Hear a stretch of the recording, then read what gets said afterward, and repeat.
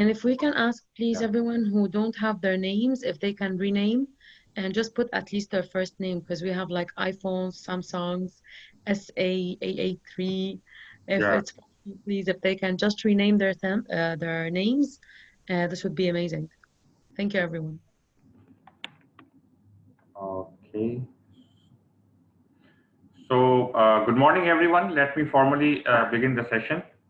And I'm Kazi from Symphotix Training. Thank you, all of you, for joining us this morning. I can see a very healthy participation as of now, which is increasing with every minute.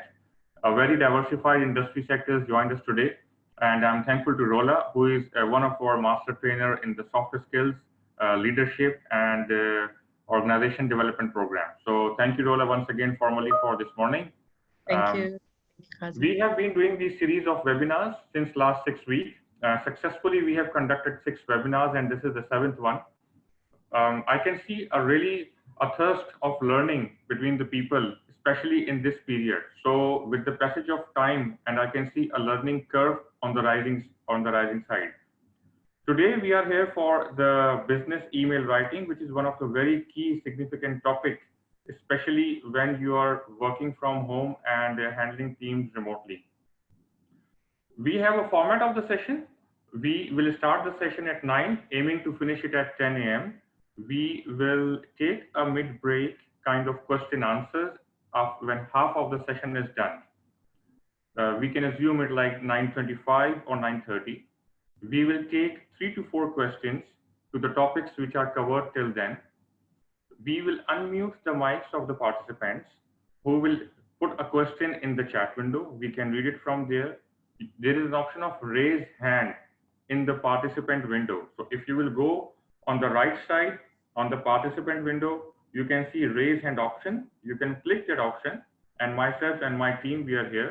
So we'll note down the names who are raising hands for the questions.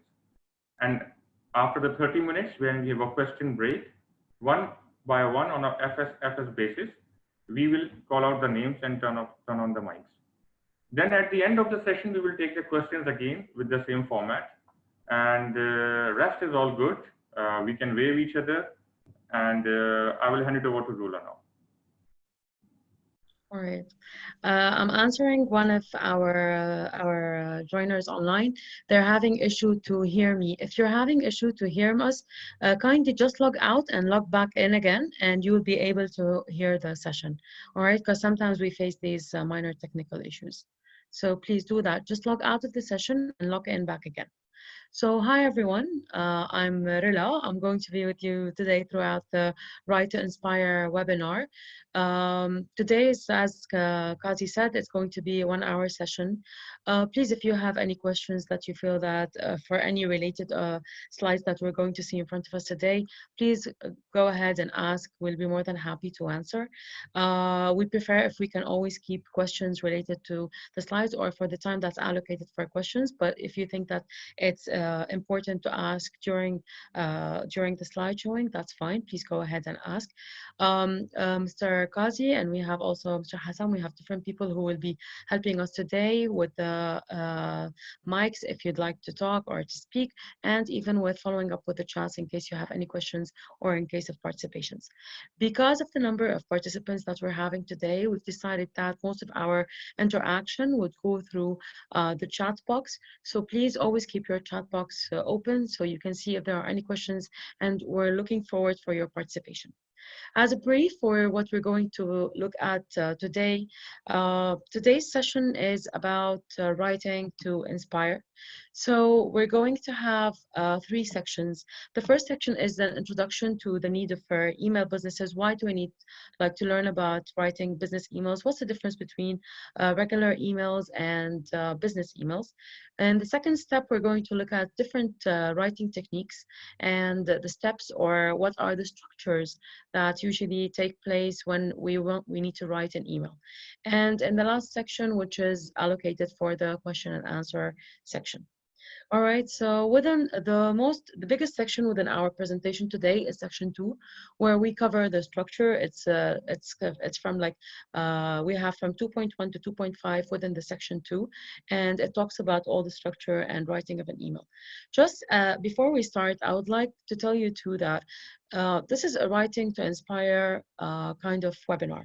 So it's not literally the basics of writing an email. It's more about it's between like a basics, intermediate, and also kind of an advanced for some of the options and the structure. So it's a mixture of all. All right. So at some point you'll notice that we've directly jumped into writing the emails, and at some points you'll find us going back to the basics of writing because we need to know how things work or build up to start in the correct way. All right.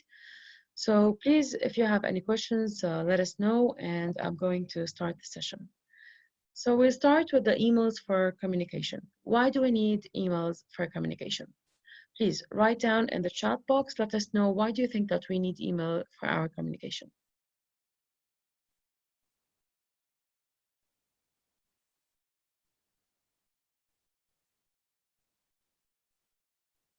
To communicate your message.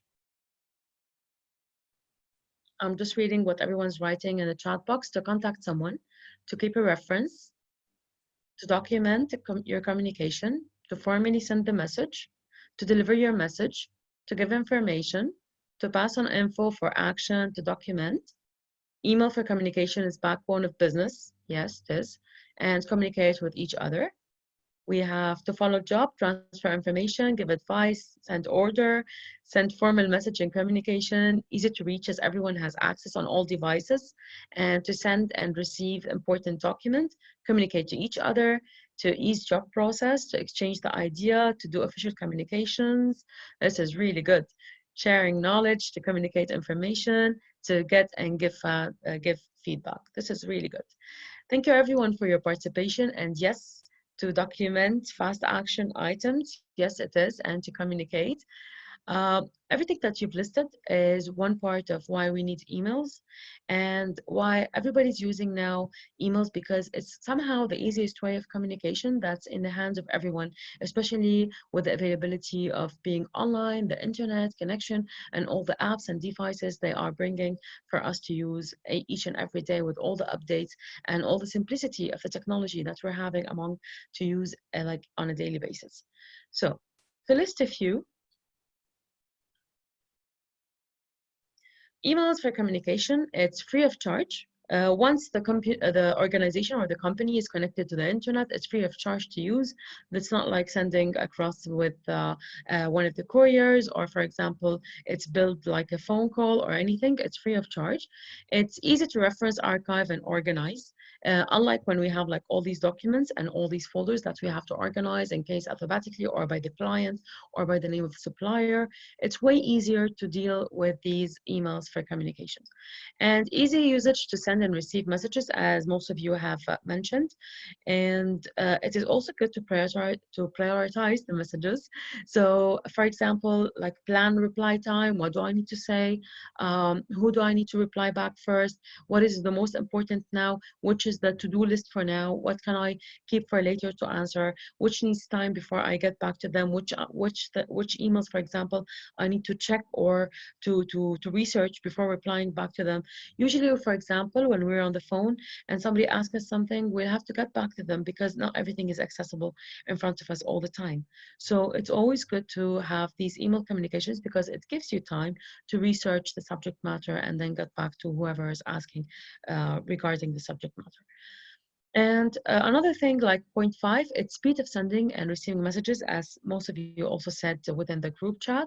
So it's easy once you're connected online to send and receive as many communication as possible. And we've got the worldwide access of messages, and this is like a bless. Wherever you are around the world, you can access your emails, you can have all your communication, all your archives, all the documentation that you require, and this is really good. So the quick access to any information through the search option, this has been highlighted as one of the most important features of emails because we used to look into through papers and documents all the time to search for a certain paper or a quotation, or for example, a schedule or a program or details for a client or a business card. But now with the availability of emails, we have everything. It's like a storage device, and it's very easy to search it, so we can search easily and we can organize, as I said before, and archive and reference. For number 9, we send and viral communication. One of the beautiful features of emails is sending to multiple users, sending and forwarding more than once. And now in most of our emails now, we have a new technique where you can, for example, select more than one email and forward them as a PDF. And this is also making things easier for communication, for back and forth interaction. And definitely it is easy to schedule for meetings, plannings, and to-do lists because most of the hosts or most of the applications we use for emails, they come with a calendar, they come with a meeting with an organizer, with a to-do list option, for example, within the application. And last but not least, we always have to think environmentally, and it has really saved us on printing lots of paper, and it has been saving lots of trees. So this is in a nutshell, as we said, or in brief and in summary, the most important features of email communications. And this is why today we are going through how to prepare these emails, how to deal with these communications, and what needs to be put and how to structure it. All right. Everyone's good to go. Let me know through the group chat, please, if you have any questions, or we're good to go.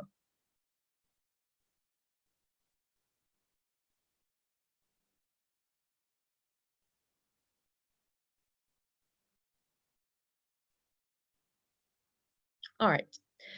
So we move to business email writing. Thank you, everyone, for your interaction. Yes, thank you. And we'll start with business email writing. When we want to create business email writing, before sending any email, we have to follow the below sections. There are key questions that we need to ask ourselves before sending any email. These are the 4 most important key questions, which we will see in the next slide. Email structure, what are the structures of an email style and format, email overview, do's and don'ts of email writing. So this is going to be all the section 2 and the core of our webinar today. We'll start with the 4 keys questions to writing business emails. The 4 main keys questions that we need to ask ourselves always: who is my audience for this email? What is the purpose of this email? Is this email necessary to send? Is an email communication appropriate? Why do we need to ask ourselves this question? How does it differ? Let's start with the first question. Who is my audience for this email? How does it differ from one audience to the other? Kazi, if it's possible, please, to take 2 to 3 answers through the mic.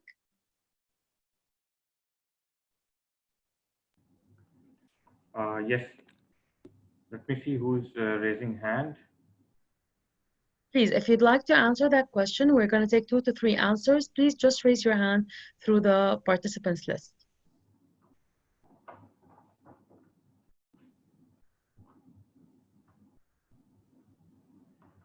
Okay, I cannot see any. I cannot see any potential raise hands. I will also quickly check the chat window. No, nothing over there.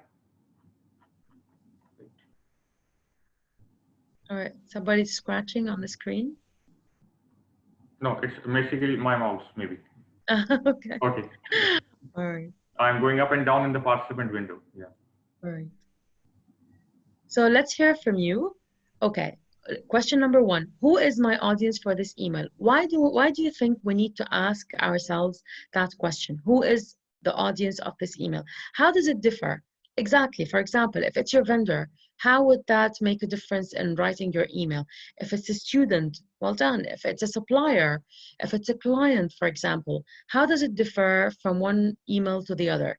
If you can just give us like an idea. So we'd like to hear from 2 to 3 of the participants of why do you think it's important to understand who are my audience of my email.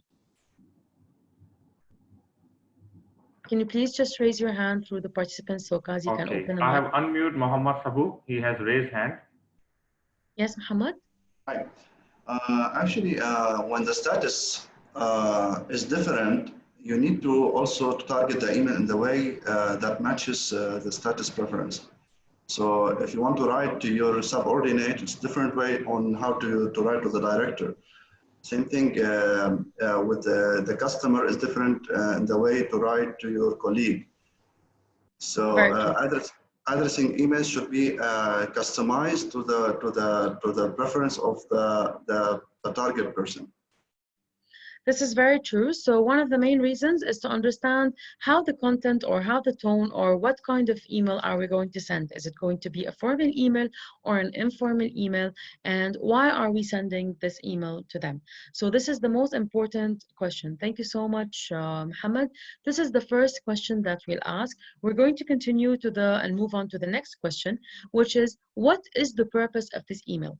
Always you need to ask yourself, what is the purpose of this email? So if I ask you, if you usually send emails, which I'm sure you all do, especially for attending this session, can you tell us what are the different purposes for sending emails? Please raise your hand so Kazi can open the mics, and we'd like to hear from your I have participation. unmuted one of the participants, but his name is user. Okay. Yeah, all right. So user, please.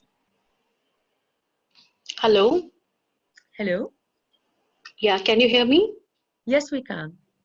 Yeah, the purpose of the mail can be like, for example, I'm a teacher, so either it could be, let's say, to give a deadline to the students and you want them the work to be, done on the right time, or it could be to appreciate them for their participation in a voluntary activity, or it could be to sometimes, appreciate your leaders, or it could be sometimes to tell them like it's a warning, this is the last time they can do this, or behave in such a manner. That's it. Thank you.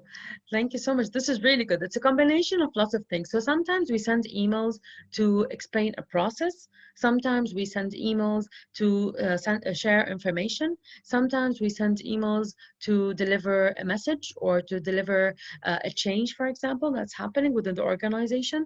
And sometimes it's just like regular communication and to connect with other people that are within our client list, within our suppliers list, stakeholders, all of that.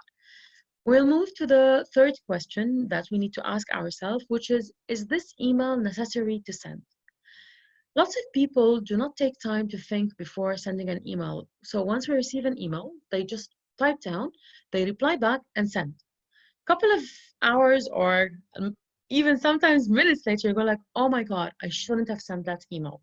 So why is it important to understand if it's necessary to send an email or not?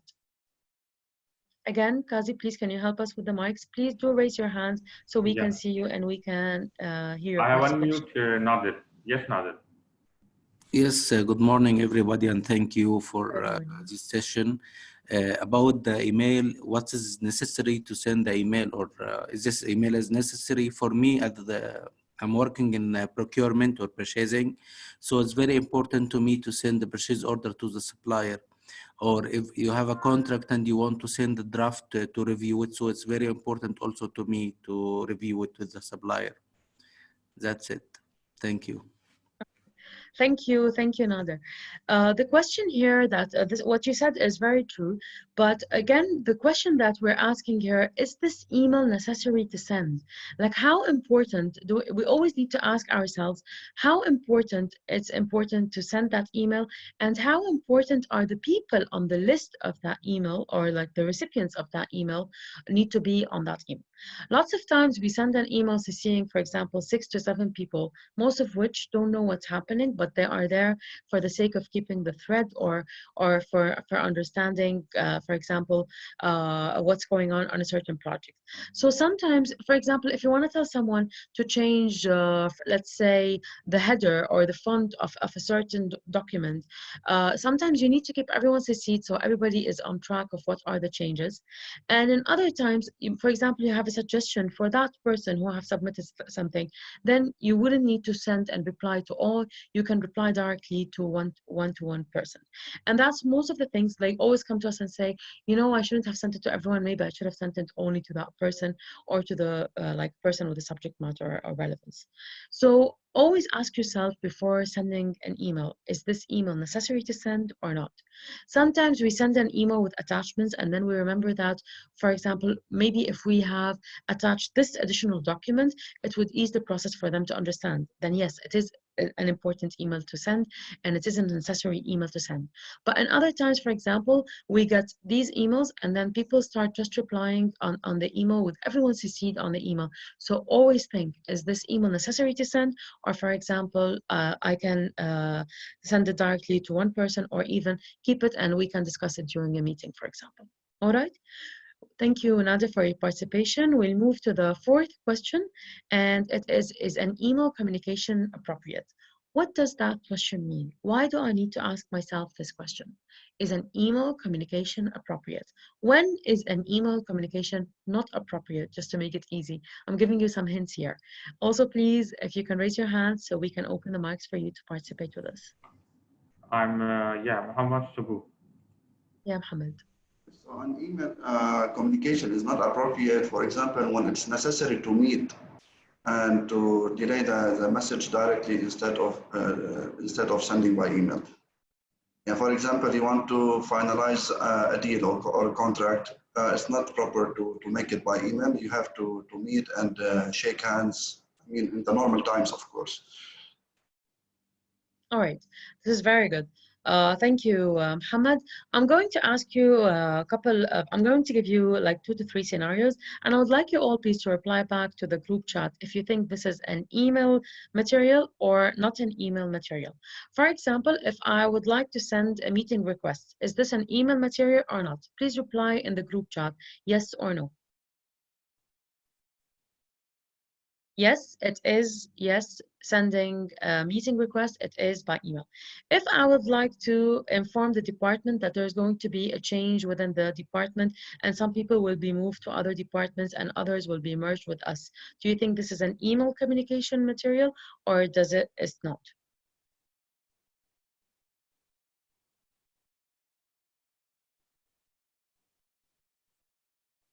So most of you are saying yes.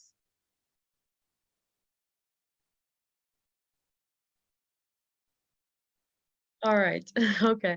Most of you are saying yes, but I personally, and within our organization development, we always prefer to tell people through a meeting, a face-to-face meeting, where we discuss it with them. As Anita is suggesting, we need to discuss verbally and then we email it. Yes. A meeting is a must. Yes, Elias, it is. So first, we need to have a face-to-face meeting, and then we send this email communication, just like we take like minute meetings, or for example, just for confirmation of what has been discussed within our meeting, who's going where, what's going to happen. So some of the communications, it needs to happen face to face. And that's one of the things we always discuss in organizational development. Emails is a brilliant way of communication, but it doesn't serve the purpose for everything that needs to be done, especially with the official matters. All right. Like, for example, with the current situation that we are having now with the COVID-19, lots of changes are happening. We have to deal with the change management. These are usually better dealt with either face-to-face or because of the lockdown through phone communication, and then it will be followed with an email communication. For example, asking people to work from home, asking them to send their work, for example, through emails and all of this. And most of the time we notice, even though we're working from home due to the current situation, most of us get phone calls, we discuss what we need to do, and then we go back with email, we discuss what like minutes of the call, what happened, and what is requested from each person, what are the call of actions for everyone, and then we just for confirmation. So we use it just for confirmation. So yes, sometimes an email is not the proper way of communication. So always ask yourself, is this the right way of communication?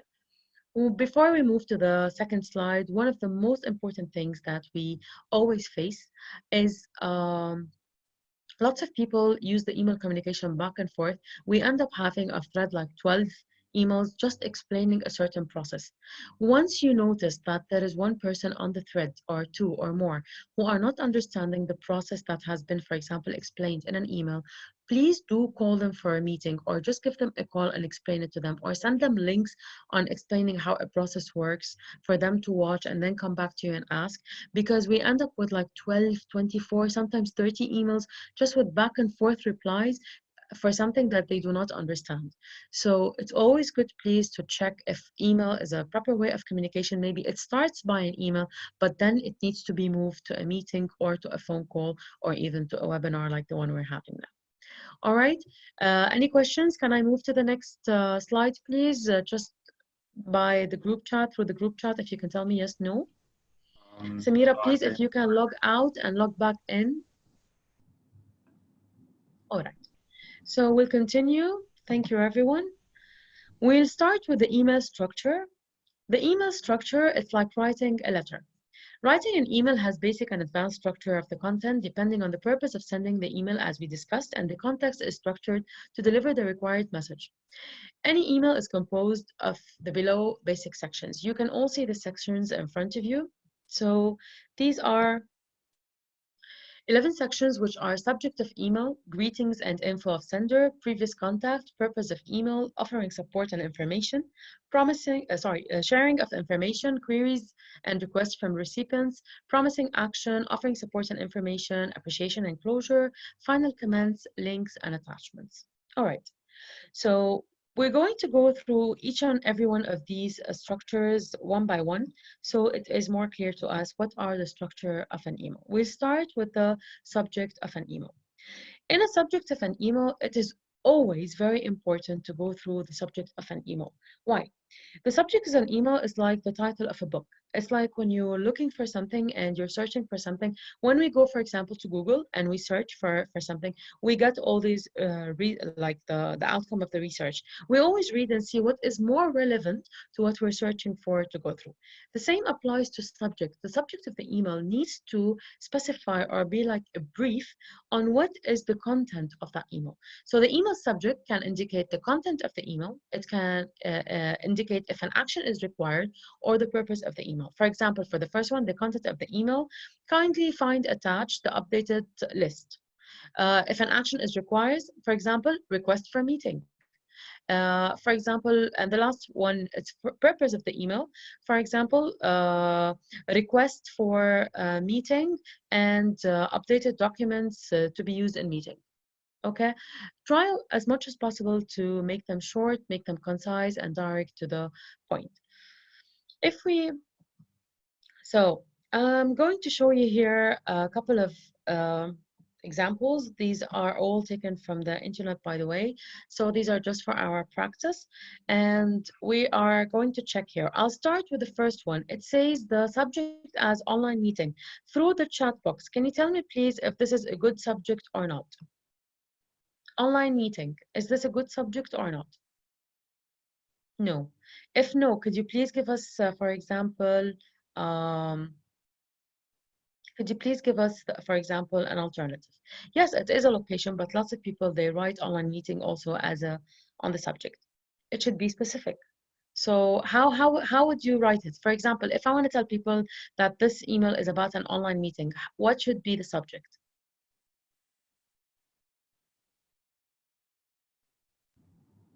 What would you send? If there is an online meeting, let's say, like our webinar today, what should be the subject? All right.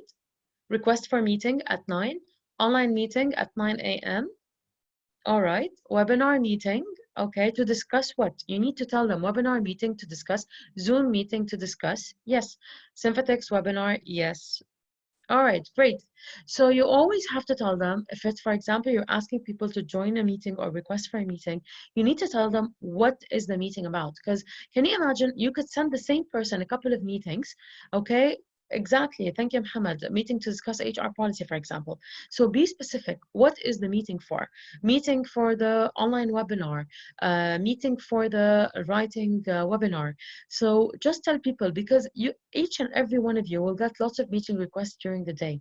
So it would be really easy, as we said, to archive and to organize when we read it. The second one here at the bottom left, if we can see it, it says the subject is meeting. Is this enough? It's not enough, as we said. Yes, announcement is a good one too. Meeting is not enough. We need to specify what is the meeting. But for example, here it says monthly team meeting. Do you think this is enough or not? Subject is monthly. Yes, it is. Yes. Well done. Yes, everyone, thank you. Yes, it is. Because everybody knows what's a monthly team meeting, everybody knows what goes into discussion, and usually it's a very long list of agenda, so we wouldn't put the agenda in the subject line. Very good. All right, we'll move to the next slide. So here we have one of the subjects is action required today, unlock coffee storage. Please, let's not, okay. It says, hi, Jill, we have a meeting tonight. I need to have access. Please unlock the storage area. Thanks, Amy. Do you think this is a good subject line?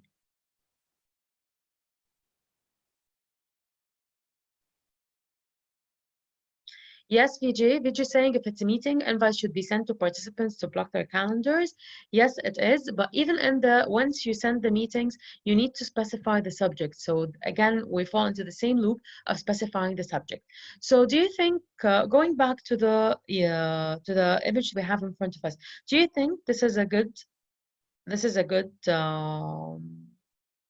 sample? User is saying no, it needs to be polite. How would you rephrase that? How would you rephrase that? No caps. Well done. Well done.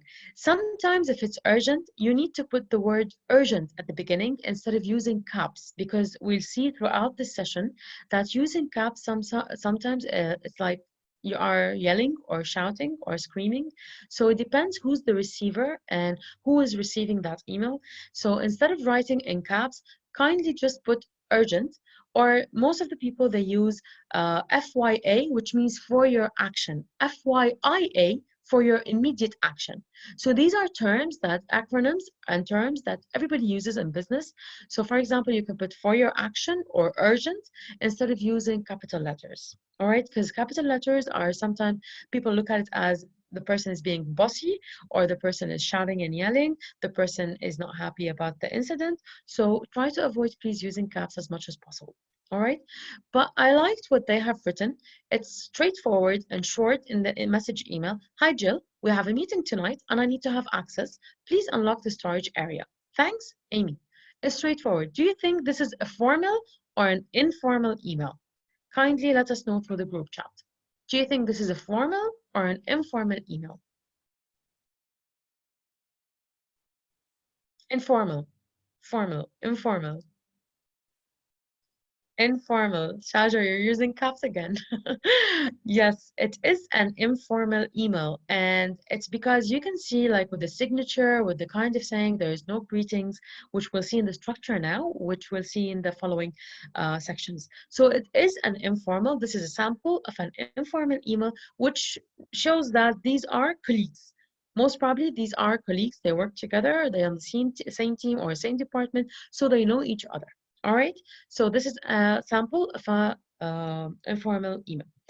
At the bottom right, we'll notice also the subject line is I found you on LinkedIn. Do you think that's an appropriate kind of subject? I found you on LinkedIn.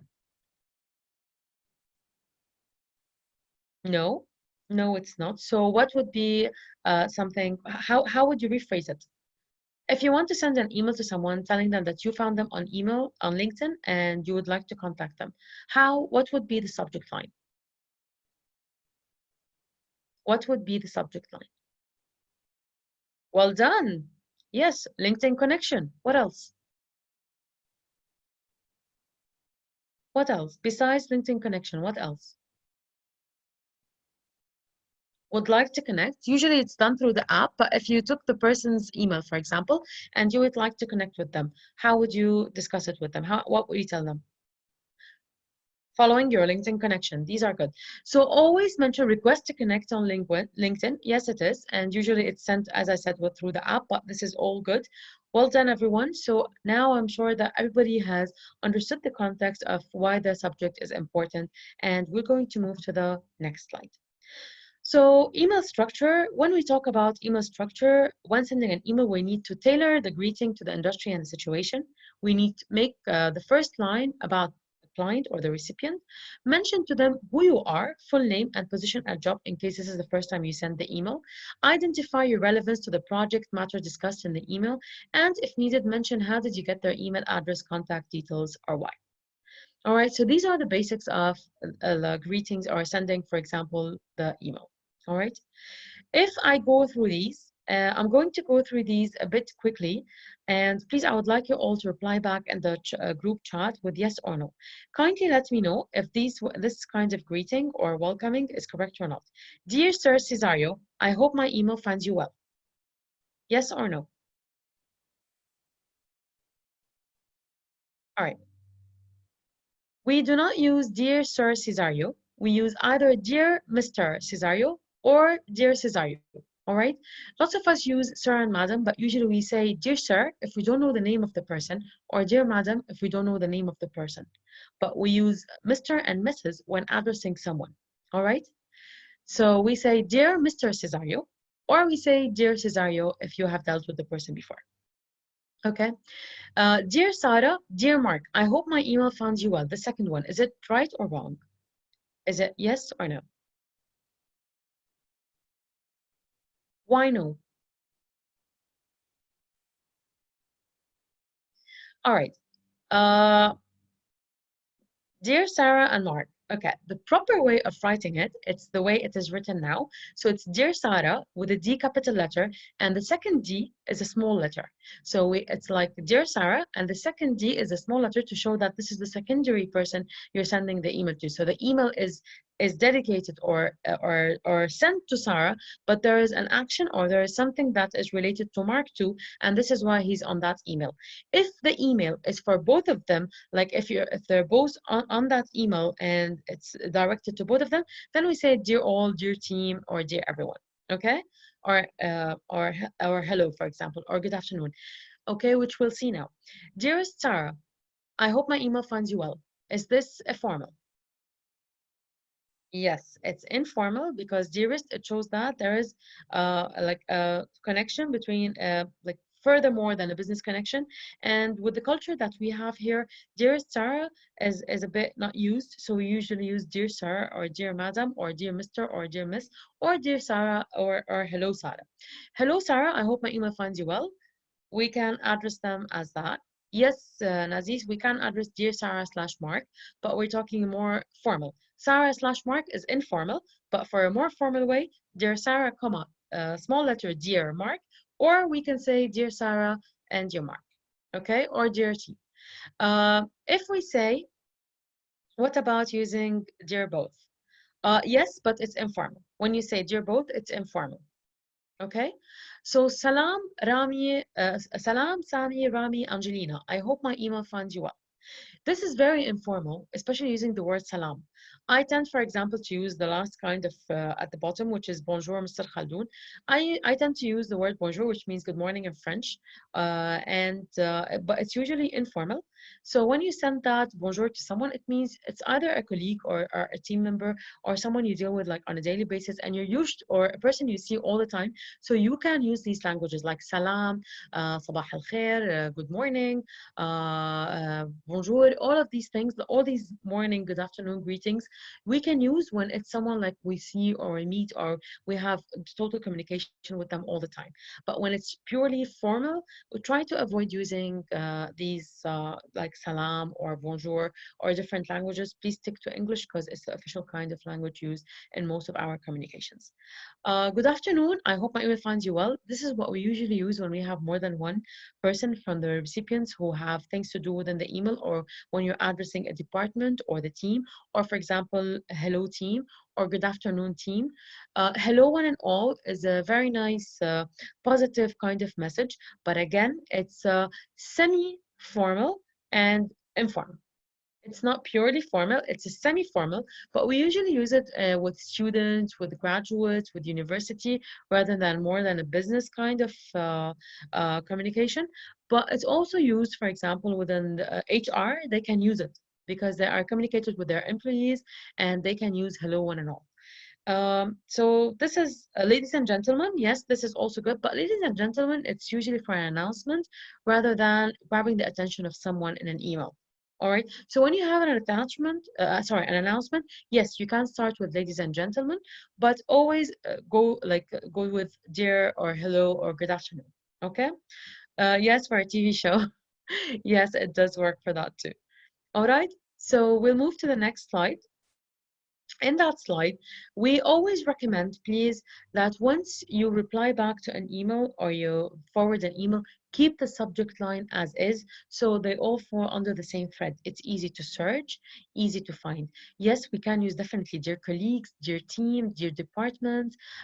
We can always use these. These are really good actually, and it shows collaboration. So yes, we can always use these. And these are informal and formal too, by the way. All right. So, by the way, I'm just replying to the questions that are on the group chat if you find me answering things that are not on the slide. So, previous contact is no, you cannot use Dear Abu Omar. I know lots of people use it. It's informal. If you know the person, yes, go ahead and use it. But if it's a formal communication, please do not use it. And one more thing, thank you, Hamad, for mentioning that. Please remember always that sometimes people need to forward the emails that you send. At one of the incidents that we had like an internal email where we were all discussing in some of the chats or the threads. We were saying, let's have coffee there. Let's meet, for example, at the lunchroom. We'll discuss it over there and all of that. And then at one point, one of our colleagues just forwarded that email to the client, and the client could see all the thread with all the things that we have written in that email. So please be careful when you write in an email, especially when you know that it might be forwarded to an external person or to someone, a client or something. Please make sure whenever it's a formal email, keep everything like not personal, keep it to business, documented, and keep it relevant to work or the project you're working on. Okay, so thank you, Hamad, for reminding me about that. Okay, so back to the threads. Sorry, I have to fail here saying respected. We prefer not to use it because it's very general. You can use it definitely, but it's very generic when you say that. All right. Okay, so we're going to move forward. Please just make sure to keep everything within the same reply and forward to keep everything in the same thread. For the email structure, the most important section of the email is the purpose of the email, which we have discussed. When you highlight the purpose of sending the email within your content, you're explaining the reason the email was sent to the recipient. And the recipient then will know how and with what to respond back to you. Email purposes may differ based on the audience, as we have discussed. As mentioned earlier, the email is a means of communication to either share and receive information. Therefore, when mentioning the purpose of the email, keep it brief, direct, and precise to the point and clear. In case you want to elaborate more, please use it in a different brief statement. For example, here are some of the samples.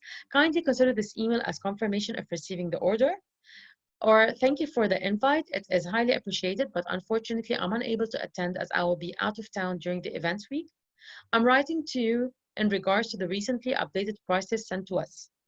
For the first one, kindly consider this email as confirmation of receiving the order. It doesn't mention which order, so please be specific and tell them which order and what one was it sent. Thank you for the invite. It is highly appreciated, but unfortunately, I'm unable to attend as I will be out of town during the events week.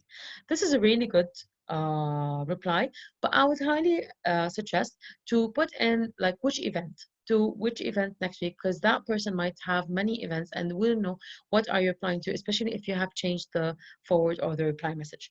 I'm writing to you in regards to the recently updated prices sent to us. Okay, I have put the updated version of what could be missing or what could be changed. I'm writing to you with regards to the recently updated price list sent to us from your marketing department on Wednesday, April 29, 2020 at 15:06. Event shall be in subject. Yes, it should be in the subject, but some people do not reply back to the email or to the event. They start their own thread, and this is why it's always good to mention which event this is. All right.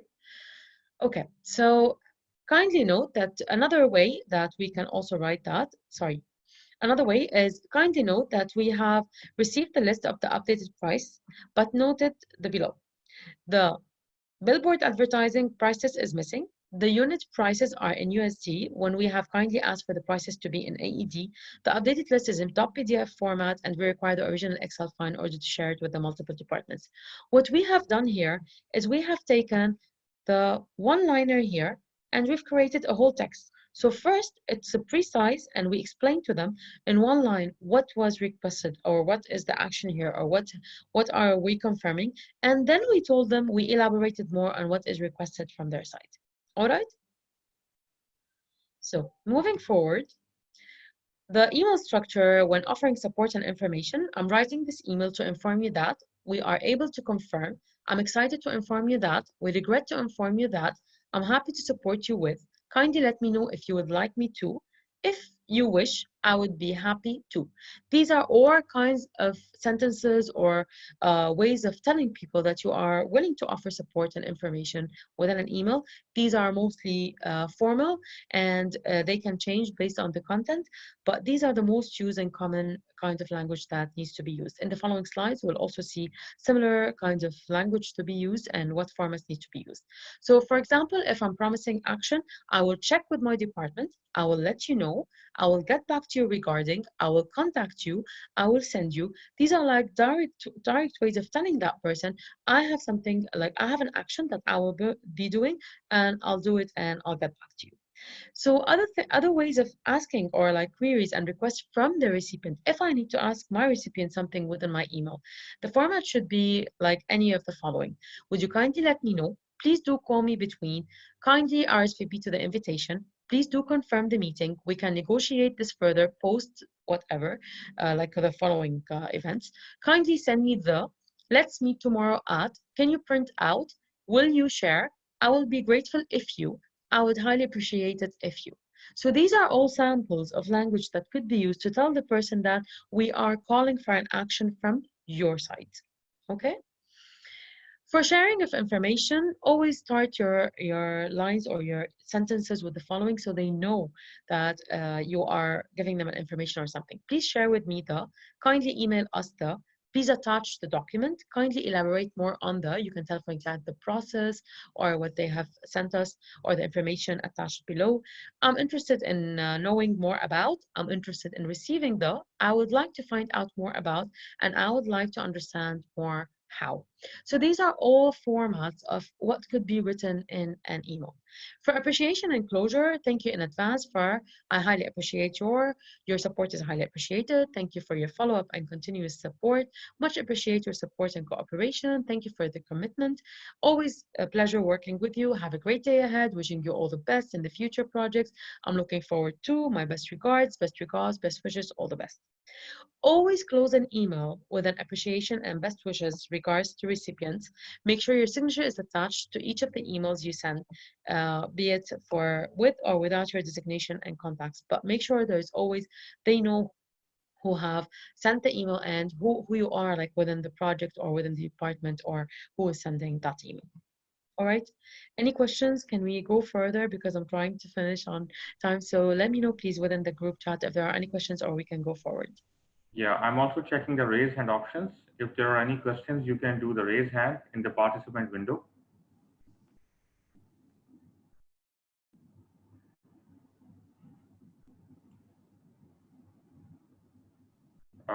No, I apparently All there's right. none. No, I think no. Yeah.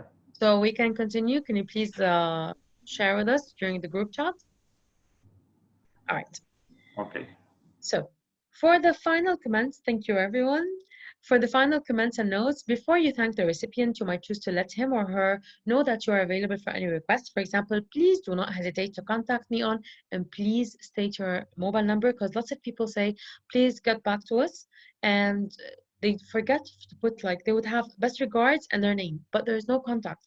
So the person would have to send back, could you please send me your phone number? So always please make sure to mention either get back to me through email or by phone on number this, or you can tell them kindly feel free to contact me if you have any questions, or if more information is required, please feel free to contact me by email or to any of contact numbers mentioned below in my signature. And in case it's a gentle reminder email, this should be the subject line as per the question from Fatma.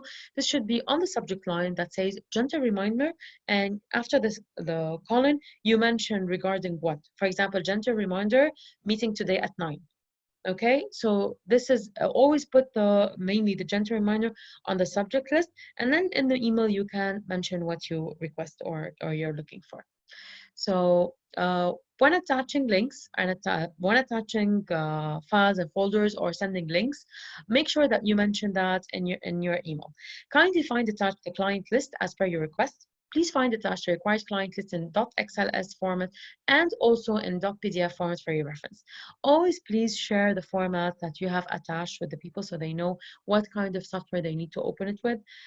Because sometimes in some of the email attachments, they will get the name, but they cannot see what is the format of that file. So always mention what's the format of the file. And whenever you're sending PowerPoint or any of the MS, for example, Microsoft Office, PowerPoint, Word, Excel, always kindly send also attach the PDF version if possible, because sometimes when they open it on the screens, the format will change, so they will misread most of the information that's within the files that you have sent. Kindly click on the below link to visit our new updated website if it's a link within the email, or also you can tell them please follow the below link in order to download the required files. So these are all ways um, to discuss. Kindly touch upon difficult conversation emails. With difficult conversation emails, from an organization development perspective, we always prefer if they stop happening within an email and move into a face-to-face or a phone call conversation.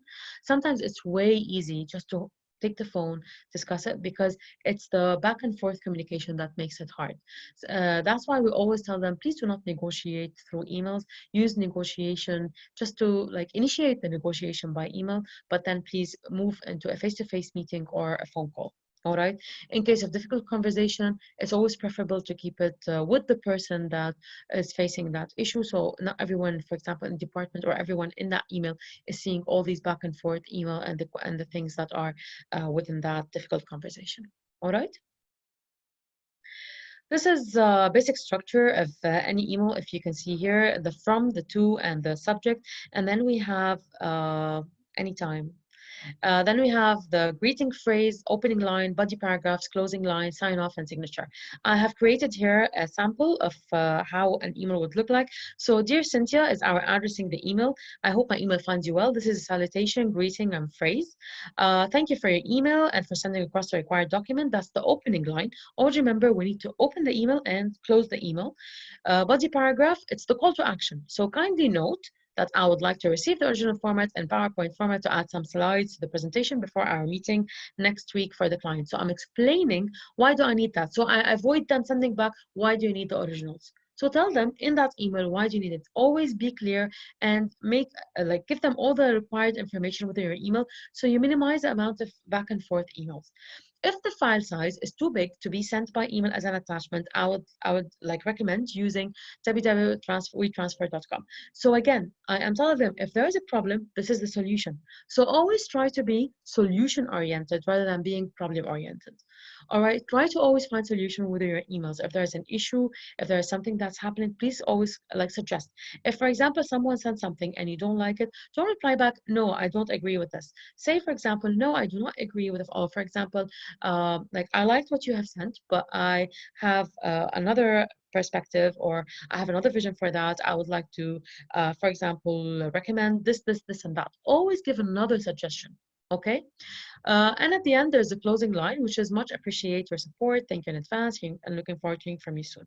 And then you sign off with have a great day ahead, and then your signature, which is best regards, Fatma Salim. Please always mention what is your role in the project or the program or at the office, and the name of the agency if you'd like, your mobile number and your direct number. Okay. Any questions before we move to the email style and format? Please, you can let us know through the group chat. I'm just scrolling up and down. Let me see if there are any raise hand options. All right. So we move. Email style and format. Once you have the email structure and content figured out, you will need to think of the suitable style and format for the email to be sent. So, when thinking of the style and format, the following should be taken into consideration: the purpose of the email, the tone of email, format of email content, and the format of time, date, and numbers in that email. We'll start with the purpose of the email. As we discussed before, it's for getting or sharing information, replying back to a client, negotiation, invitation to an event or a meeting, clarification of matters, confirmation of matters, launch of a new product, send an update, just to list a few. The purpose, as we said, of an email can indicate if it's going to be a formal or an informal email. Once we know if it's a formal or informal, it will set the tone of that email. For example, for a formal email, I have put here a sample, and I've also used the same sample with an informal email. So how it would look if it was a formal or an informal email. So for example, dear Dan, I hope my email finds you well. Kindly note that we are still waiting for the meeting schedules in order to share with the department. Thank you in advance and looking forward to hearing from you soon. Best regards. And then I put the name, which is Khalid Hamdan. Okay. As for an informal, with the same context, I would say, hey Dan, haven't seen you around today. We're still waiting for the meeting schedules, everyone, to share with everyone. Any updates? Thanks and appreciate it. Notice in an informal, we have used like the number four instead of four, so it becomes informal. Lots of people have a question about using smiley faces. Okay, I'm one of the people, because I always believe in positive communication. I do use smiley faces, but also it depends on the context. It cannot be, for example, a very sensitive issue that's been discussed within an email, and then I send a smiley face. I need to have emotional intelligence. I need to know when to use these smiley faces and how to use them. All right. Most of the time, we keep them at the end or at the beginning for the greeting, because that's the most like emotional or interactive with the feelings that's related to it. And this is when we highly recommend that they use the smiley faces. Okay.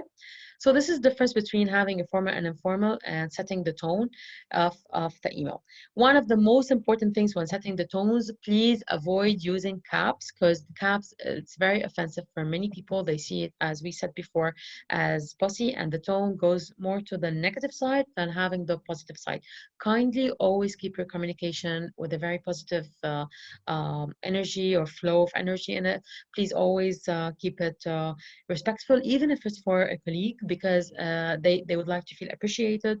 They would like to feel that you appreciate their support, you appreciate their commitment, you appreciate their time that they're giving you, even though they are sitting next to you. But it's always good to send these in an email, because it shows them that you appreciate the offer or the hand they are sending you. And you can notice that, for example, at the end, I just signed Khalid, or he signed Khalid, because we know who's sending what to who.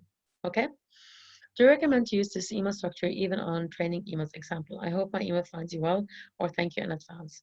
Yes, I do, because it's a kind of also an emotional intelligence kind of structure of words. It makes a connection. When you tell someone that I hope my email finds you well, it means you care about their well-being, so you are building a connection with that person. Thank you in advance. It shows that you appreciate them getting back to you, and you're asking them in a very polite and very beautiful way to get back to you. So yes, we do recommend that this is used in a formal email communication. Okay. Here's another sample. For example, I hope my email finds you well. Kindly note that we're celebrating Saad's promotion at 10 a.m. with breakfast and cakes for everyone. Looking forward to seeing you all there. This could be sent, for example, from HR to the whole company. Okay. But if this is going to be sent within a department or people, like a team, we can say, hello team. Join us at 10 a.m. for breakfast and gates for Saad's promotions. You can see Saad is written in caps here, because they all know each other. They know it shows excitement. It shows that we're happy for Saad, and you can tell by the three faces that follow. And it says, see you there, and Sheikha. So you can tell the difference now between an informal and a formal email. Salutation shall also take into consideration day timing. Yes, and this is why we prefer, when we're dealing with with a lot of our clients, they are not within the UAE, for example. So in order not to send a good morning email, which they will read at night, we usually send hello. We hope our email finds you well.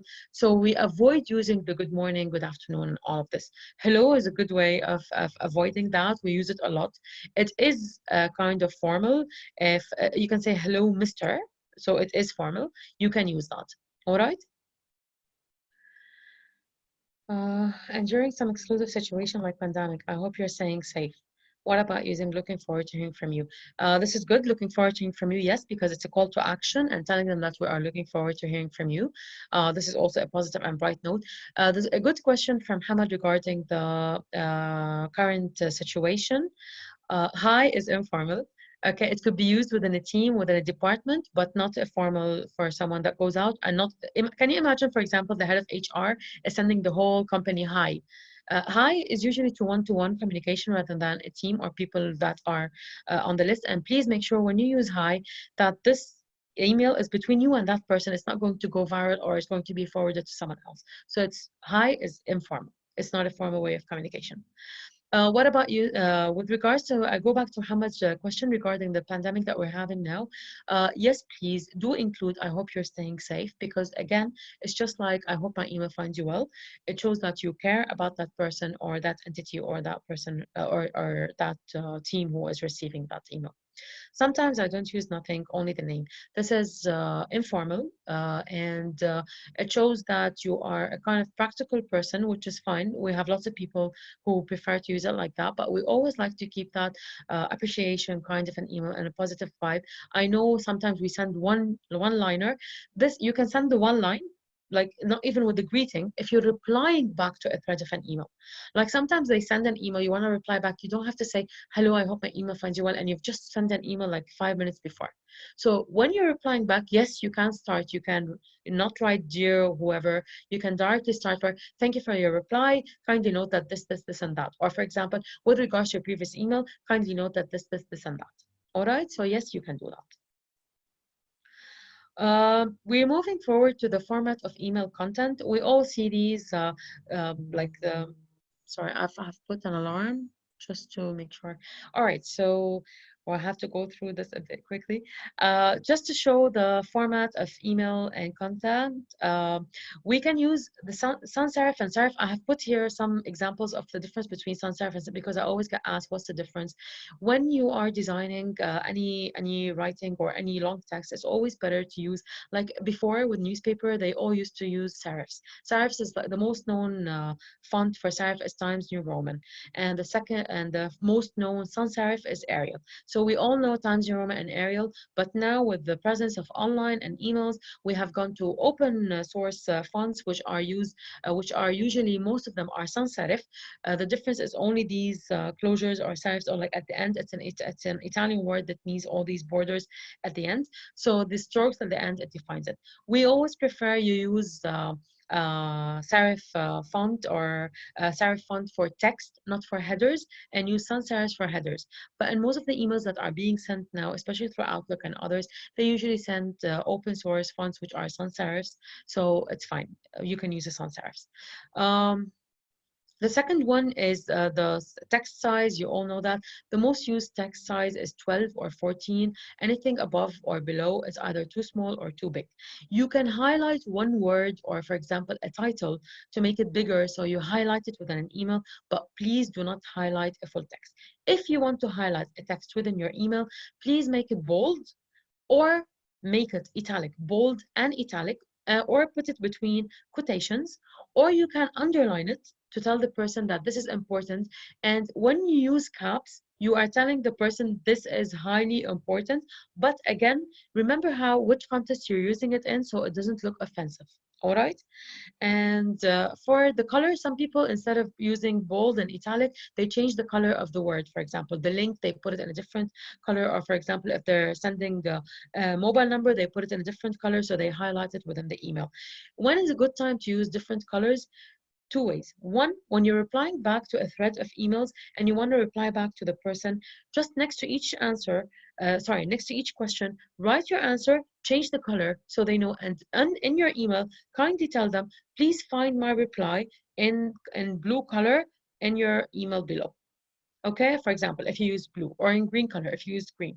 Okay, please always stick to green and purple, green and blue, because blue is the academic or the official business color, and green is considered environmental and also business color. So please stick to blue and green when you're replying back. Okay, if you know the person, you can use purple. I usually use purple when I know the people because it's different color and it brings a bit of joy to the email, but it's up to you on what you would like to use. But always, for a formal email, please reply back with either blue, shades of blue, and please readable shades of blue, not the light blue or the pastel blue.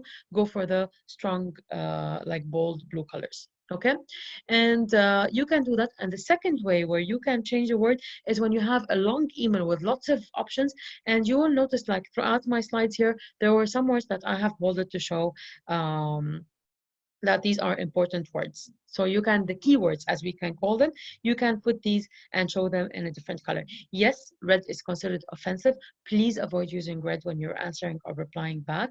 You can use red if you want to highlight a date or a time, for example, you can use it, but not for a request or an action or a reply. Okay, so it's just to indicate that this is very important information. Some people use it, they make it in red color and they even underline it. So to tell people it's that important. Okay, I don't think it should be used to stress a point. It depends on the person, it depends on your communication. So yes, it is. Okay, yes, it is important for reminders. And urgent with red color and underline. Urgent, red color and underline, it is used, but like honestly, from a formal email, the urgent should be in the subject, not in the content. Once the urgent is in the subject, that's it. The whole content of the email is urgent. All right.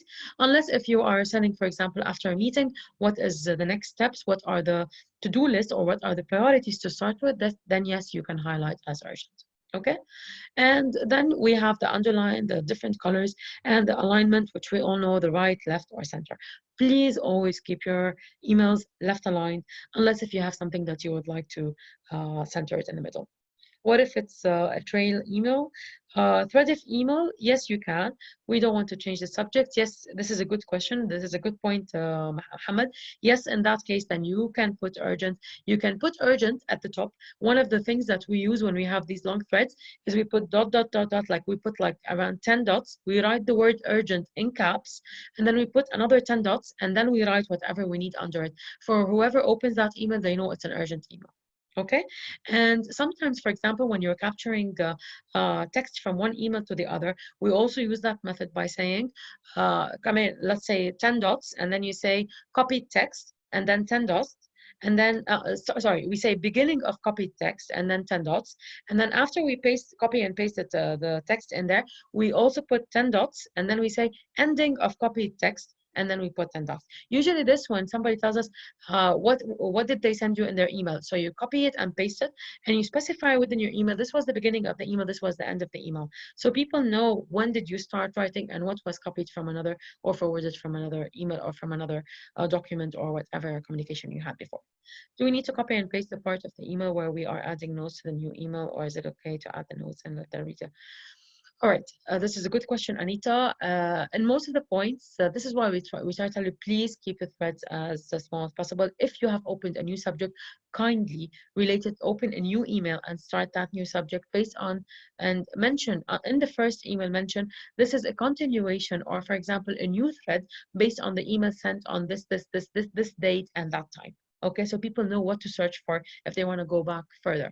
Okay, but if you're asking to work and check, yes, you can keep it within the same thread, and yes, you can reply and keep it within the same. And no, you don't need to note it down unless if it's something urgent or someone saying this hasn't been shared before. Yes, you can copy it from below, paste it on the top, and say this was sent on the email on the day. Please list the day, list the time, and then put in quotations the text, and always make it italic. When you quote something from a previous thread, please always make it italic and between quotations. Okay? To not change the subject, but can add one or two words. Yes, they can do that, but also once you change the subject, the whole thing will change.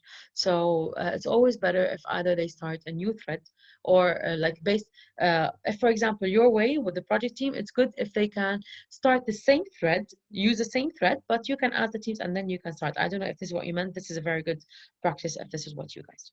All right, if this is what you do with your team. And moving forward, again, you know these like by numbers, by bullet points. What's the difference? Please use by numbers when you want to share facts. Like we have 3 participants, then you can put 1, 2, and 3. For example, we need to follow the below steps 1, 2, and 3. It's for prioritization or for telling them how many steps do we have. But if it's a list of things, for example, the minutes of meetings, you can use mainly the bullet points. Okay. For the indentation, you can use it when you use the bullet points, and for the quotations, you can use when you're sharing text. And for the unformatting, the T with an X, it means remove the formatting from the text. This is usually used when you copy and paste from a different place or from a different page online, for example. You remove the formatting so you can format it to follow the format of your email. All right. I'm going to keep on moving forward due to the time. So the format of time, date, and numbers and email will keep the questions till the end. We're almost done. So the Okay. time, let's meet at 12 p.m. Let's meet at 12. Let's get on a call at 2:30 p.m. Let's get on a call at 14:30. Please always use either 12 p.m. and p.m. you can write it with dots or without dots, but please mention. Or if you put the number 12 like that, it means it is 12 in the noon. It doesn't mean 12 at night, okay? So either 12 and 14:30.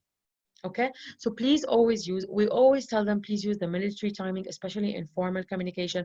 Always use the military timing, which is the 24 hours, okay? For the date, as per your email sent on the 12th of April 2020, our meeting will be on Sunday, April 12th, 2020. Kindly RSVP before end of business on Sunday, April the 12th, or as per the quotation number 6238 issued on 12/04 2020. Kindly note, please always make sure to state the number and state the date. Always, these are the most proper forms of stating the dates. Anything else will be misguiding. So please use these formats whenever you're discussing. One of the most requested communication from banks mainly, or from different telecommunications companies that we're always asked to help with them, is how to send a request for amounts. So kindly note that an amount of AED 3,650, please always put the number in words between quotations. Payment towards your bank loan number, specify the bank loan number, which is this, specify the bank, is due to be paid and settled by or before end of business on Sunday, April 12th. Specify the date in full at any of our branches and or ATMs. Okay? So this is another style of writing the numbers. So for an email, before sending any email, please just go through over the 4 key questions that we have asked at the beginning. How relevant it is it a good way to communicate through email or not? You have the right recipients in the 2 CC and BCC fields. The email subject is clear and precise. The email structure is complete. Proofread and revise the context of the email and run a spell check. Revise any numbers or documentation included in email. Check if all the links included are active and there are no broken links. Check if all attachments mentioned in email are attached within the email. For the email's do's and don'ts, as discussed, we have covered most of them in our webinar today, but if you would like to add any from your side, please feel free to send them either through the group chat or by raising your hands. Thank you everyone for joining our webinar. It has been a pleasure to see your interaction and to see you here. We're going to start now the question and answer session, and thank you for staying over after 10. Thank you, Rola. Thank you for a wonderful presentation and a lot of knowledge. Let us take the questions. If we can please post the question in the group chat, or you can raise hand and we will unmute the mic for the question.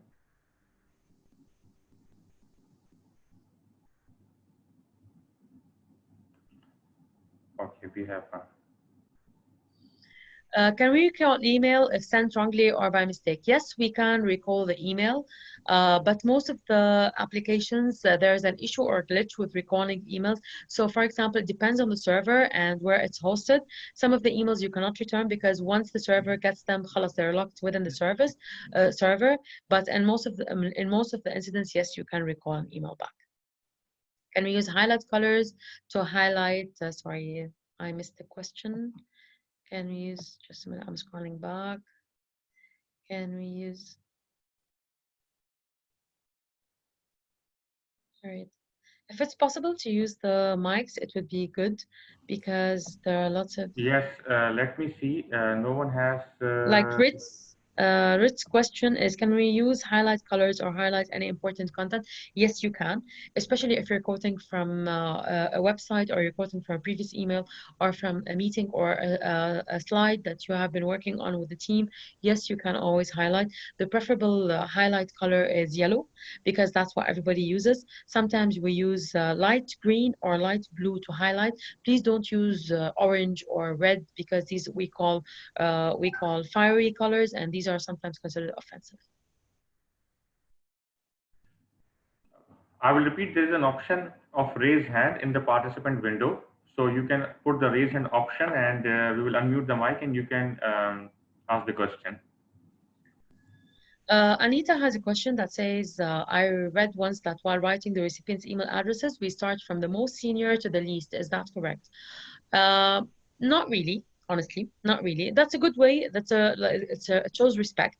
But when writing emails, the priority of putting the recipients is who is like more affected with the content of the email. For example, if I have like a person who I'm requesting 3 to 4 requests, and I'm asking, let's say, Kazi, only to send one file to that person, then my main person is that person. I have Hanan in front of me. Then my main person, for example, is Hanan Al-Kabli, and Kazi is my secondary. So my email would go to Hanan and Kazi, and I will CC the rest as per email or by name. Like I know lots of people or an organization where we help them, they just go through alphabetical because they open the list and they just start selecting, or by department by alphabetical order. So it's up to you how you put it. All right. There is no like right or wrong regarding that. Okay. How do you make a person who never replies? That's a good question, but I lost it. Just a minute. Please share. Okay. Thank you. Sorry, I can't. There was a question. There was a question. Are you searching for the question? Yes, because they're scrolling all out, so I cannot see them all. Let me open it like that. I think it's easier. All right. So future. Okay. If any of the questions is not answered, can we post it again, please, on the group chat? Yes, please. That would be perfect. Yeah. Okay. How do you make a person who never replies back reply to your email? Call them. We face that a lot. Lots of people, they don't answer their emails. Please do call them. If calling that person is not an option, then what I would do is escalate the matter. Please think twice before escalating any emails. Make sure that, for example, you've sent a first gentle reminder and a second gentle reminder. Once the first and second gentle reminders are not replied back, then please do start, for example, CCing a colleague or a person on the project or on the team to ask them to get back. Or, for example, your email could be like, if you're sending it to a thread, write another email directly to that person, and in that email tell them, hello, I hope everything is fine, I have been trying to contact you several times, I hope everything is okay at your end, just to make sure that you are making sure this person is fine, they're not out of town or anything like that. If there is no answer, then you can CC everyone, and at the bottom you can address it to a colleague of theirs who is on the project if you cannot call that person. But I personally, and from an organization development perspective, from a training perspective, we would highly recommend that you call that person. Always keep the human interaction. It's a really highly emotional intelligence, a very smart way of dealing with others. Okay. Uh, for the chat, will you please, thank you, kind attention. Yeah. Can I use Akbar has asked a question. When is the right time to escalate? Yeah. Just before answering, I was answering kind attention for Mr. 01 and Mr. 02. I personally don't like attention, this and that, because you're sending that email to them. But you can use it when you're sending an email to many people and you would like to address a certain task or a certain request to one of them. Yes, you can say attention to, but we prefer, and it is becoming a formal way of communication, you can say at, for example, Sajimar, at Kazi, at whoever is on the list. You can put the ampersand. You can put the, sorry, at the rate, the one we use in the emails, and you can put, yes, the name of the person after it, and they know that this is addressed to them. Okay. Abbreviation and formal email, yes, you can use abbreviation if it's no, like EOB, end of business. It should be they should be acronyms for proper business communication. Like TTYL is not a proper, talk to you later is not a proper formal communication, so please avoid using these. But you can use EOB, for example, end of business, or FYI, which is for your information, or for example, FYA for your action, yes. Kazi, you asked Akba's question, when is the right time to escalate? The right time to escalate is when there is no reply to an email after several gentle reminders. Or, for example, you can escalate the email when you are requesting for the same content over and over, but you're not getting a reply.